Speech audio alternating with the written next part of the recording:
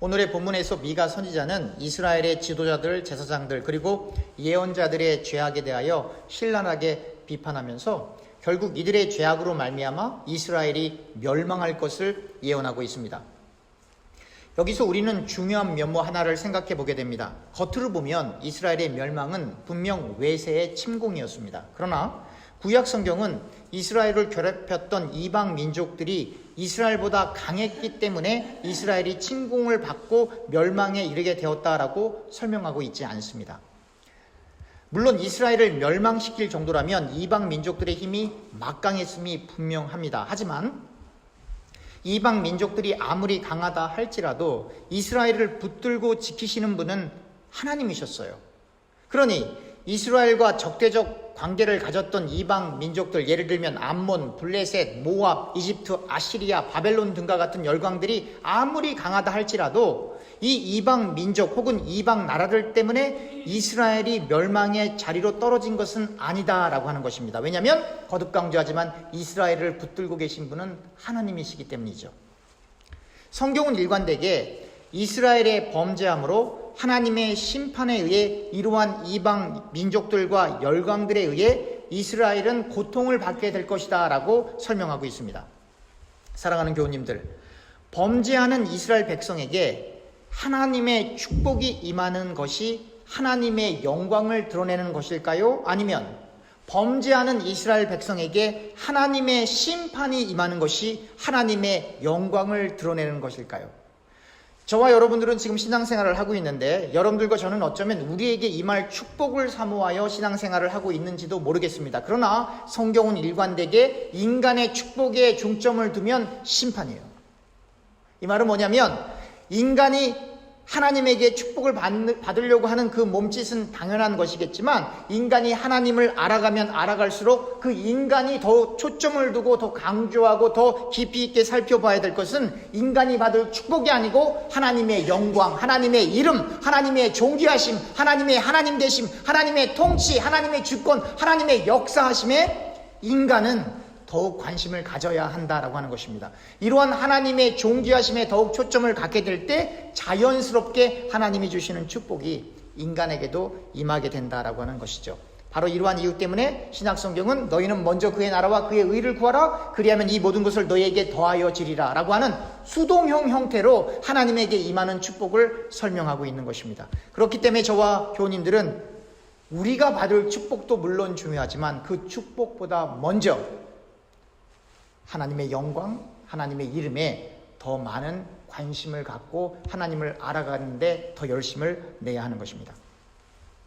이 땅에 존재하는 그리고 우리가 생을 마친 후에 존재하는 모든 것들이 전부 하나님에 의해 창조되고 하나님의 주권과 섭리에 놓여져 있습니다. 천국은 누가 만들었을까요? 지옥은 누가 만들었을까요? 천국은 당연히 하나님이 만드셨고 지옥은요? 지옥은 마귀가 만들었나요? 아니죠. 하나님이 지옥도 만드셨어요. 천국과 지옥 모두 하나님이 만드셨고 천국으로 입성하는 사람들도 지옥으로 떨어지는 이들도 모두 하나님의 주권에 달려있는 것입니다. 지혜로운 사람은 하나님께 저를 천국으로 인도해 달라고 성령 하나님의 인도를 받으며 기도하고 예수님을 철저히 믿겠지만 미련한 사람은 천국 가고 지옥 가고 하는 모든 것이 하나님께 달려있으니 내 책임은 없어요 라고 말할 것입니다. 그러나 여러분, 우리가 어떻게 생각하든지 간에 우리가 지옥에 갈 수는 없어요. 지옥에 가면 안 됩니다. 지옥은 저와 교우님들이 생각하는 것 이상으로, 아니 우리의 생각을 초월하여 정말로 무섭고 끔찍스럽고 고통스러운 것이며 그 고통이 잠깐 이렇게 있는 것이 아니라 영원토록 지속되는 곳입니다.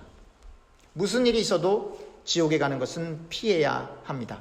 무슨 일이 있어도 하나님 앞에 죄를 지어서는 안 된다라는 것입니다. 죄를 지었다면 회개를 반드시 해야 합니다. 예수님의 보혈을 의지하여 반드시 회개해야 합니다. 저는 지금 무슨 교리를 이야기하거나 기독교 철학을 이야기하는 것이 아닙니다. 저와 교우님들이 죽고 사는 문제, 영원한 고통에 떨어질 것인가, 영원한 행복에 거할 것인가, 영원한 아픔 속에 고통 중에 시달릴 것인가, 아니면 영원히 주어지는 평강과 은혜의 자리에 서 있을 것인가를 이야기하는 것입니다. 예수님을 믿어 하나님의 자녀가 되었어도 하나님은 당신의 자녀들이 범죄하는 것을 용납하시지 않으십니다. 하나님의 자녀로 선택받은 이스라엘 백성들이 멸망당하고 심판당하게 되는 이 역사, 이 이스라엘의 역사, 이것을 통해 하나님은 하나님이 선택한 백성이라 할지라도, 하나님이 선택한 자녀라 할지라도 하나님의 자녀들이 죄를 짓고 회개하지 않고 그 죄를 지속해서 반복하게 되면 심판이 임한다는 거예요. 심지어 천사라 할지라도 하나님보다 더 높아지려는 교만 때문에 그만 그 천사가, 하나님을 섬기는 그 천사가 마귀가 된 것이고, 그 마귀는 지옥에서 사람들을 괴롭히면서 잘 사는 것이 아니라 예수님을 믿지 않아 지옥에 떨어지는 사람들과 똑같이 지옥에서 영원토록 고통을 받는 존재가 마귀예요. 그러니 저와 교우님들은 마귀를 무서워해야 합니까? 아니면 하나님을 무서워해야 합니까? 당연히 하나님을 경외해야 하지요. 두렵고 떨림으로 예수님의 보혈을 의지하여 구원을 완성해 나가야 하는 것입니다. 이스라엘의 지도자들은 자신들의 이익을 위하여 심각하게 이스라엘 백성들을 이용하고 압제하며 고통을 안겨주었습니다. 이스라엘 지도자들의 이 악행이 어느 정도였는지를 보여주는 내용이 미가서 3장 1절에서부터 3절에 자세히 기술되어 있습니다. 이 부분을 제가 세 번역으로 읽어보겠습니다. 그때 내가 말하였다. 야곱의 우두머리들아, 이스라엘 집의 지도자들아, 내가 하는 말을 들어라. 정의에 관심을 가져야 할 너희가 선한 것을 미워하고 악한 것을 사랑한다. 너희는 내 백성을 산채로 그 가죽을 벗기고 뼈에서 살을 뜯어낸다.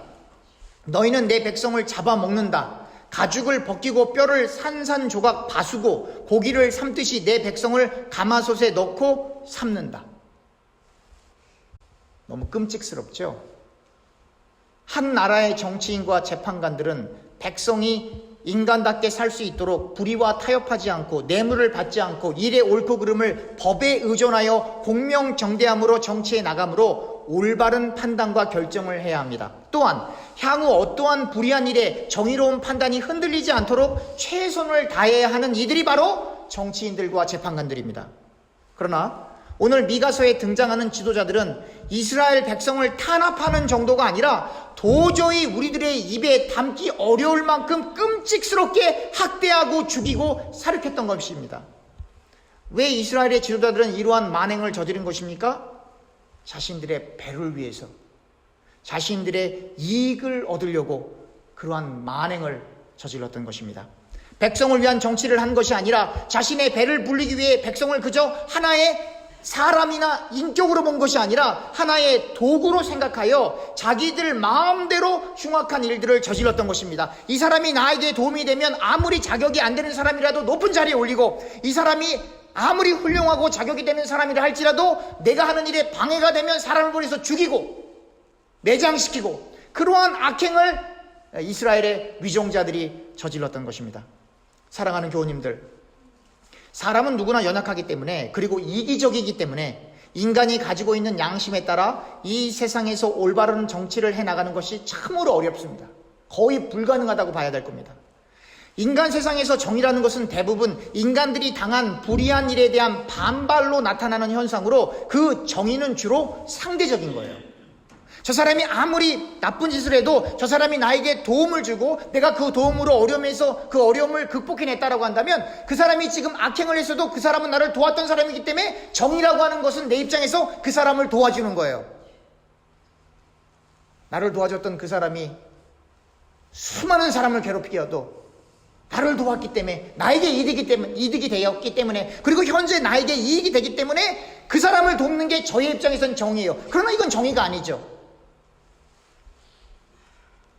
그렇기 때문에 인간들이 추구하고 따라가는 그 정의가 나를 중심으로 늘 상대적이기 때문에 법이라는 것이 대단히 중요한 것입니다. 상황에 따라 흔들리는 사람의 생각과 감정 혹은 마음보다 정확한 가치와 규범을 정하여 그 법에 기초하여 이렇게 하는 것은 죄이고 저렇게 하는 것은 괜찮다라고 하는 것을 인정해주는 이 법이 사회 속에 반드시 필요한 것입니다. 그러나 이러한 법이 있어도 힘이 있는 권세가들과 지도자들은 이 법을 자기들의 이익에 따라 마음대로 바꾸려 하거나 심지어 법을 무시하는 일들이 비일비재합니다.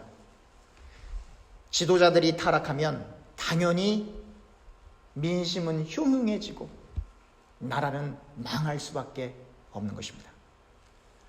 그래서 우리는 위정자들을 위해 하나님을 경외할 수 있도록 도와달라고 기도해야 되는 거예요. 여러분, 한국 드라마 이 사극을 보면 힘없는 백성들이 위정자들의 불의한 일에 반대하면서 목숨을 걸고 한마디 하죠. 뭐라고 합니까? 하늘이 무섭지도 않느냐. 네, 그렇습니다. 위정자들은, 권세와 힘을 가진 이 정치인들은 하늘을 무서워하지 않습니다. 하나님을 두려워하지 않습니다. 성경책에 그렇게 손을 대고 맹세를 해도 하나님을 무서워하지 않습니다. 과거에 있었던 청문회 같은 것을 보면 어떤 이들은 하나님의 이름을 걸고 맹세한다고 하지만 그 사실이 거짓으로 판명되는 경우를 우리가 매스컴을 통해 쉽게 발견합니다. 그래서 아무리 좋은 법이 있어도 그 법을 집행하는 사람들이 불의하면 소용이 없어요. 우리는 어떻습니까? 나라에 큰일 하시는 분들과 똑같이 우리 역시 우리의 일상에서 하나님의 뜻과 하나님의 나라보다는 늘 우리의 이익을 위하여 예수 믿고 교회에 오고 기도하고 있지는 않습니까? 하나님의 뜻을 위해 살기보다는 나의 뜻을 이루기 위해 하나님을 믿고 있지는 않습니까? 이렇게 하면 분명히 하나님께 죄를 짓는 것임에도 불구하고 그 악행을 여전히 저지르고 있지는 않습니까? 왜 그렇죠? 하나님을 무서워하지 않기 때문이죠. 하나님을 경외하지 않기 때문이죠. 설령 하나님을 믿는다 할지라도 하나님의 뜻보다는 나의 뜻이 더 중요하다고 생각하기 때문이죠. 하나님도 나를 위해 존재하고 있다라고 생각하고 있기 때문이죠. 또한 나는 예수님을 믿어 하나님의 자녀가 되었으니 죄를 지어도 괜찮을 거라 생각하고 있는 것이죠. 이스라엘의 역사를 보십시오. 하나님의 자녀인 이스라엘 백성이 무엇 때문에 그렇게 철저히 멸망을 당했나요? 우리는 하나님이 선택한 선민이니 우리가 죄를 지어도 하나님이 우리를 지켜주신다는 잘못된 신앙 때문에, 하나님의 선지자들이 전하는 회개의 메시지를 거부하여 우상을 숭배하고 음란하고 돈을 사랑했기 때문에 이스라엘은 철저히 멸망한 거예요. 사랑하는 교우님들, 하나님께서 말씀으로 천지를 창조하신 창조주이신데 못하시는 것이 있을까요? 전지전능하신, 우리 그렇게 배우잖아요. 전지전능하신 하나님이 못하시는 일이 있을까요? 네, 있습니다. 하나님께서는 죄 지은 사람을 선하다라고 말씀하실 수 없습니다. 하나님께서는 죄에 대하여 동조하실 수 없습니다. 하나님께서는 죄를, 범죄 행위를 옳다라고 말씀하실 수 없으십니다. 하나님께서는 거짓말 하실 수 없으십니다. 그 증거가 십자가예요. 창조주이신 하나님께서 사람들을 너무나 사랑하셔서 죄 지은 인간들을 위해 육신을 입고 이 땅에 오셔서 십자가에 달리심으로 예수님을 믿으면 누구나 구원을 얻을 수 있는 길을 제시하셨습니다. 그래서 하나님은 창조주이신 동시에 구속주이십니다. 왜 예수님이 십자가에서 그 험한 고통을 당하시고 피를 흘리셔야 했나요? 바로 저와 교우님들의 죄악 때문이었어요. 요한복음 1장 29절을 세 번역으로 읽겠습니다. 다음날 요한은 예수께서 자기에게 오시는 것을 보고 말하였다. 보시오, 세상 죄를 지고 가는 하나님의 어린 양입니다. 정의로우신 하나님은 인간의 죄를 용납하실 수 없으셔서 그 죄를 대속하실 거룩한 피, 예수님의 보혈을 흘리시게 하셨던 것입니다. 이사야 53장 4절에서 6절을 세 번역으로 읽어보겠습니다. 그는 실로 우리가 받아야 할 고통을 대신 받고 우리가 겪어야 할 슬픔을 대신 겪었다. 그러나 우리는 그가 징벌을 받아서 하나님에게 맞으며 고난을 받는다고 생각하였다. 그러나 그가 찔린 것은 우리의 허물 때문이고 그가 상처를 받은 것은 우리의 악함 때문이다. 그가 징계를 받음으로써 우리가 평화를 누리고 그가 매를 맞음으로써 우리의 병이 나았다. 우리는 모두 양처럼 길을 잃고 각기 제 갈 길로 흩어졌으나 주님께서 우리 모두의 죄악을 그에게 지우셨다. 우리는 은혜로 예수님을 믿어 값없이 구원을 얻었지만 하나님의 독생자 아들 예수님은 십자가에서 우리를 위해 엄청난 대가를 치르셔야만 했습니다. 이 대가를 치르고 사람들을 구원하셔야 하는 하나님의 속성, 정의와 공의를 우리는 깊이 있게 생각해야 합니다. 그런데 우리가 예수님을 믿는다고 하면서 거듭 같은 죄를 반복하고 방탕하고 세상과 짝을 하고 생을 살아가도 되는 걸까요? 절대로 안 됩니다. 야고보서 4장 4절을 세 번역으로 보겠습니다. 간음하는 사람들이여 세상과 버탐이 하나님과 등지는 일임을 알지 못합니까? 누구든지 세상의 친구가 되려고 하는 사람은 하나님의 원수가 되는 것입니다. 이것보다 더 명백한 설명이 어디 있습니까? 어떤 분들은 제게 그럴 거예요. 목사님, 저는 간음 안 해요 라고 말하시는 분도 있을 겁니다.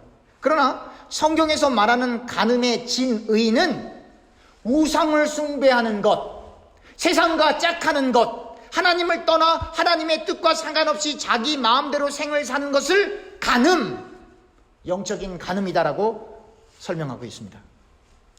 그래서 구약 성경은 이스라엘 백성이 우상 숭배를 할 때 하나님 앞에서 음란한 행위를 했다 혹은 간음을 했다라고 기술하고 있는 것입니다. 그러므로 위정자들뿐만 아니라 우리 역시 전심으로 하나님을 경외해야 합니다.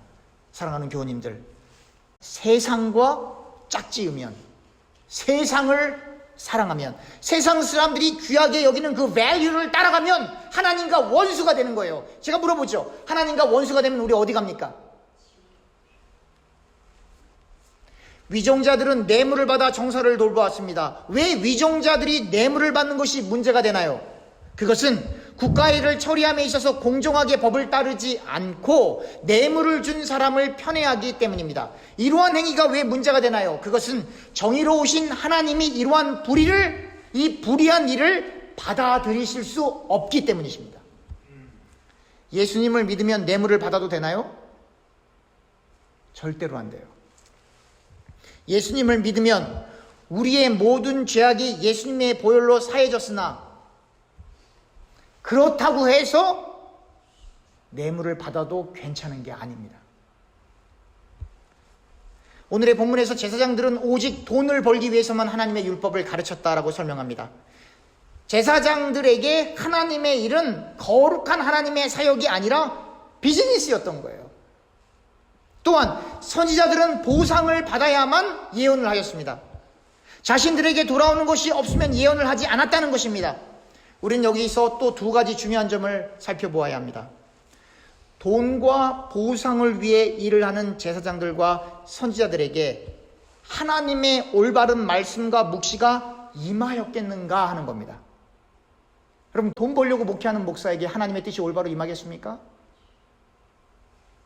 돈 벌려고 간증하며 돌아다니는 그 사람에게 하나님의 거룩한 메시지가 임하겠습니까?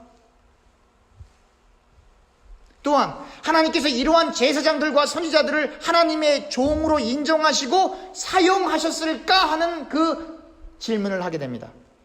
돈 벌기 위해서 목회하는 그 목사를 하나님께서 사용하시겠습니까? 그런데 돈 벌려고 목회하는 그 목사가 심호하는 그 교회 교인들이 많이 모여요. 그럼 하나님이 역사하신 거예요? 사단이 역사한 거예요? 여러분, 이거 심각한 얘기예요. 우리는 구약에 등장하는 선지자 엘리를 생각해 봅니다. 형식적으로 예배를 집례하기 위해 제사장 직분을 수행하는 엘리. 그러나 성경은 엘리가 집례하던 그 시대상을 사무엘상 3장 1절에 이렇게 설명합니다. 세 번역으로 읽겠습니다. 어린 사무엘이 엘리 곁에서 주님을 섬기고 있을 때이다. 그때에는 주님께서 말씀을 해주시는 일이 드물었고 환상도 자주 나타나지 않았다. 여러분들이 갖고 있는 개역개정에는 하나님의 말씀이 희귀했다. 하나님께서 말씀을 주시지 않은 것이죠. 하나님께서 사무엘을 부르시지만 엘리를 부르시지 않아요. 왜냐하면 타락했기 때문이죠. 그의 자식들이 타락했기 때문이죠. 그 타락한 자식들을 고치지 않았기 때문이죠. 회개하지 않았기 때문이죠. 범죄하였기 때문이죠. 그 범죄 가운데 하나님의 계시가 임하지 않는 겁니다. 그러나 버젓이 제사장 집례를 하고 있는 거죠. 여러분, 어느 교회 갔더니 사람들이 많더라. 어느 교회 갔더니 기적이 나타나더라. 어느 교회 갔더니 다 형통하더라. 그런 교회 따라다니면 큰일 나는 거예요. 여기서 형통하면 뭐 할 거예요? 여기서 병 났으면 뭐 할 거예요? 여기에 사람들이 많이 모이면 뭐 할 거예요? 그렇게 많은 헌금이 모이면 뭐 할 거예요? 다 지옥 가면 뭐 할 거냐고요. 거룩해야 할 사역과 거룩해야 할 예배를 드리는 곳이 더러워지면 하나님은 그 더러움을 일으키는 사역과 예배의 처소에서 일하는 이들에게 하나님의 묵시와 하나님의 비전 그리고 하나님의 뜻을 결코 주시지 않습니다. 여러분 3명만 모여 있어도 2-3사람만 모여 있어도 그곳에 하나님을 경외하는 역사가 일어나면 거기에 하나님의 묵시가 임하는 거예요. 하나님의 비전이 임하는 거예요. 하나님의 뜻이 임하는 거예요. 결국 하나님을 위해 하는 모든 일들이 타락해 들어가면 하나님은 하나의 구실이 되고 세상에서 중요하게 여기는 돈, 힘, 그리고 명예를 따라가게 되는 것입니다. 우리가 하나님께 예배를 드린다고 이곳에 모여 있지만 지금 우리가 헌금을 하고 헌신을 하며 우리의 시간과 에너지를 드리지만 우리가 타락하여 하나님을 사모하지 않으면 하나님보다 세상에서 가치 있는 것을 더욱 사모하며 세상의 것들만 구하게 되는 것이죠. 당연히 그러한 예배를 하나님이 받으실 수 없는 것입니다. 또한 우리가 아무리 예배를 잘 드리려고 해도 하나님을 진실로 사모하지 않으면 그와 동시에 우리는 성령 하나님을 사모하지 않습니다. 성령의 터치를 사모하지 않아요. 그렇게 되면 그 예배는 하나의 의식이 되어버리는 겁니다. 그런데 문제는 우리가 성령 충만을 사모하지 않는다라고 하는 것입니다. 성령의 역사하심을 사모하지 않는다라고 하는 것입니다. 제가 강조하고 싶은 것은 성경의 저자들에게 영감을 주셨던 그 성령 하나님의 거룩한 역사가 우리의 심령 속에 역사하여 하나님의 하나님 되심을 인정하고 믿고 하나님의 말씀을 하나님이 원하시는 대로 이해하고 받아들이고 수행하고 싶어하는 열정이 저와 교인들에게 있는가 하는 거예요. 교우님들은 하나님을 간절히 사모하여 하나님의 말씀을 깨닫기 위해 성령 하나님의 임재를 간절히 사모하고 계십니까? 우리는 교회에 올 때 우리가 교회를 위해 하나님을 위해 무엇을 할 수 있을까 고민할 때가 있습니다. 또한 우리가 우리의 삶에 당면한 어려운 문제들을 어떻게 해결해 갈 수 있을까 고민하며 하나님께 기도로 예배로 나아올 때도 있습니다. 그러나 우리는 과연 하나님이 우리를 향하신 뜻을 알기 위해 그리고 하나님이 우리 교회를 통하여 하시려는 일과 하나님이 우리를 통해 하시려는 구체적인 일들을 알기 위해 기도하신 적은 있으십니까? 우리가 진심으로 하나님이 누구이신지 하나님의 깊이 있는 말씀을 올바로 이해하기 위해 말씀을 경청하고 기도의 자리로 가고 그리고 하나님의 말씀을 묵상하며 그 말씀 속에 깊이 들어가서 하나님의 뜻을 발견하려고 시도한 적은 있으십니까? 오늘날 기독교가 타락해가는 이유 중에 하나가 바로 오늘 미가서에 나와 있는 선지자들과 제사장들의 악행과 다르지 않습니다.